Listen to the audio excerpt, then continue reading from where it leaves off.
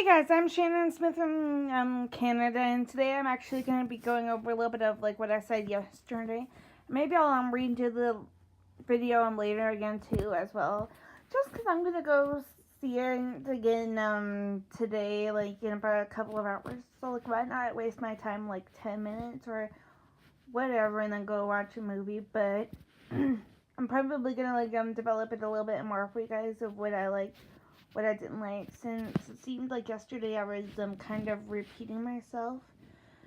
But otherwise, it was a pretty fantastic movie, even though some people still hate the idea that it wasn't Anthony Gruber as Han Solo. But you don't need it to be, even though some people may hate me for that. But even though like they do look alike, but Alden was fabulous. Screw all the critics or whatever that say he's bad, because obviously he and Donald Glover for sure, and of course Jonas Stamos, Chewbacca obviously are like three standouts. I'm a huge Game of Thrones fan, kind of, so also Emilia Clarke was kind of one, even though I want her to kind of be in either Solo 2 if that happens, or Obi-Wan, since Darth Maul is a surprise cameo. And you guys want to hear a shocker? We don't see Boba either, even though there was kind of mention of a big shot smuggler, I believe, from Woody Harrelson's character towards the end of the movie. So it's possibly that it is Jabba the Hutt. But yeah, we don't get to see anybody except for Maul, which is also great. And we even have him a few tie-ins. They mentioned Scarif. There's an alien from Rogue One.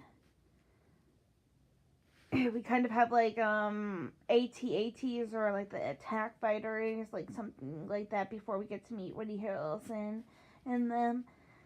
Even though this film kind of sucks, but it's also a great way. Like, you have two main characters, Val Fadi Newton and Rio Jon Favreau. They both died kind of towards the beginning, but it's for good causes, I guess. Like, they were trapped by Ivan's nest, or whoever her name is. Sorry, I'm like bad at pronouncing and stuff. But she, or droids, I believe, kill Val. Well, Val explodes with a detonator, really. And Rio gets shot in the arm, and then he's like, bye-bye, hon.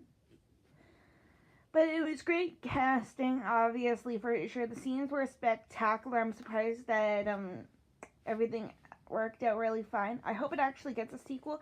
Like, people want to see Kira again, I guess. Especially, like, what happens? Like, she is going to go see Darth Maul, but it's like, what's going to happen after? Since I've never seen them canon or stuff besides the movies. So it's like, are they going to pull the Rebels if it was a Solo 2? Or are we going to just see Alden's Han in, like, Boba Fett, the rumored Boba Fett movie by James Mangold? Or are you going to see, you know, one of your characters that we know of and love of in a futuristic movie as well? Like, who knows? Leia could be the next movie as well, like, after all these people, or in between these people. Like, come on, Ryan has his 3 that are probably going to be soon as well. Maybe, like, casting and stuff. You have the Game of Thrones people. And nobody knows how many movies they are going to do. Maybe 3. Or, like, 8 or something. Like, a movie per year. Or 2 years. Just, like, give episode 10, for example, and others some breathing room. Or just switch it up. Or maybe 2 films per year. Because this film is basically 2 films per year for Solo. Because you had December, The Last Jedi, which I actually loved. Sorry, you guys. I love it. But it's like, I'm probably going to re-rank my Star Wars videos, by the way. Like, my top 10 Star Wars movies, which will include Rogue One for, like, number 9 type thingy. And this one. Maybe later or something. But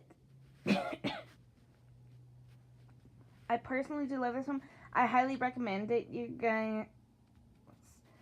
And I definitely do hope there's a sequel. Like, it leaves you to think about everything. Like, is it just going to end there? Or are we going to see, you know, Kira again? Like I said, Kira, Emilia Clarke.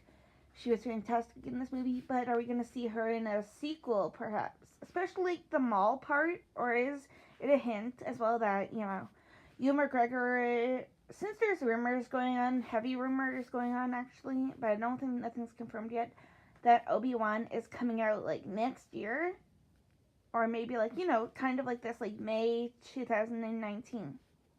Yeah. Or 2020 rather, because you have December 2019, I think. You have episode 9.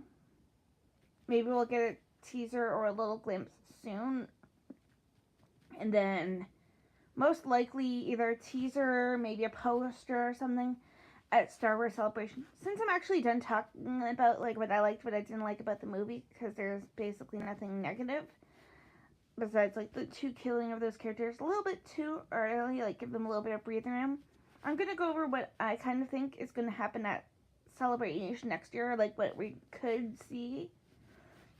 So, for starters, obviously, one of my favorite characters is Obi-Wan Kenobi, besides Han Solo. Like, I don't have a shirt with Obi-Wan, or else I would have worn it for this video. Plus, I'm gonna go see Solo today, like, in 4 hours or so. But I kind of want Ewan McGregor, maybe John Williams, or whoever does like music for Obi-Wan, if it is confirmed, to by then obviously, to like take over the orchestra, sort of like what John Williams did last year, with Ewan McGregor in like his Jedi robe, maybe even like a young kid who would be like your Luke Skywalker, probably Daniel Huddleston, or whoever they get, an upcoming actor. Walking on the stage or something, you know, with like Ewan's lightsaber and everything, or just those two, unless like we get Hayden Christensen or somebody, like an announcement as well. Hayden and then James Earl Jones, if he's still alive by then, obviously. I think he's like in his 80s, can be back for Vader, unless they want to go with I don't know his name actually, but he was Vader in Rogue One, like he was like the body, so maybe him and then James Earl Jones could do that again, maybe. And I think he was part of Rogue One, but it's like, who was he? Because Ray Parks is back. He's Darth Maul from Phantom Menace. He and Sam Witwer were actually from Rebels, I believe. He did the voiceover work as well, which is kind of perfect. Somewhat ties into the originals as well, like a few little ones, and the music was actually really great. I kind of forgot to mention about that. But the music for Solo was actually really great. Like, it blended in really well, especially like those parts like where Han's flying and Imperials. Like, there's a few stormtroopers or snowtroopers, I guess, and like there's a few speeders and everything. So it's like da da da da da da da da, like Vader's theme, and a few times you can hear da, da, da, da, da. Sorry, I suck at like humming and singing and everything. But I cannot wait to see him with John Powell, the orchestrator, conductor, whatever you want to call him, does next. Maybe even if his work was that great, I still gotta like figure out which ones were his, which one was that. But maybe he'll come back for like Obi-Wan or something, since I believe episode 9 is John Williams' last one for Star Wars. So maybe they even like have somebody for episode 9, because I don't know when oh my god, Indiana Jones 5 is coming out. So or are they even doing Indiana Jones 5 now? Because I guess it depends. Maybe he'll do both, or something like that. Unless like they get Alan Silvestri. I think he did Ready Player One theme, or Danny Elfman. I'm pretty sure it was Alan Silvestri, just because like there was The Mandalorian as well, and he did Back to the Future, I believe. So maybe Alan Silvestri here will do Indiana Jones or something while John does the final Star Wars for him. But they probably have like some great composers already, or people that they worked with. Like Michael Giacchino's was fine, even though there was nothing really new and exciting. But John Williams is probably one of the best, and John Powell's obviously. And I cannot wait to like see Star Wars Resistance. Even though I'm not like a huge TV show watcher. Sometimes, like, whenever something's on, I just, like, flip the channel if I'm not interested. But I'll probably most likely catch up on Rebels in case there's, like, a few characters. But I cannot wait to see that. And hopefully I can afford them the Disney streaming service. So I can watch Jon Favreau show. It's going to be probably interesting. Because I don't think... Oh, wait. Yeah, it's about 7 years before Return of the Jedi. So it's like, are we going to see the 3 main original characters back? Like, maybe we'll see Alden as Han for that as well. In a cameo or whatever. But I think it's going to be a live action one for sure. And I'm pretty sure Jon Favreau is going to do awesome. All the CGI that he's done, like he did the Jungle Book, obviously. Cannot wait to see the Lion King. Like maybe we'll get a trailer or something for that in a couple of months or whatever.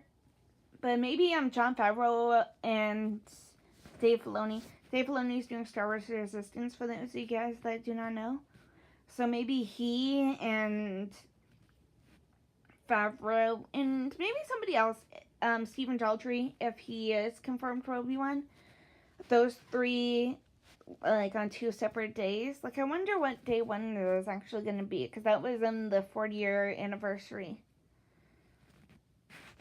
I guess we'll probably find out soon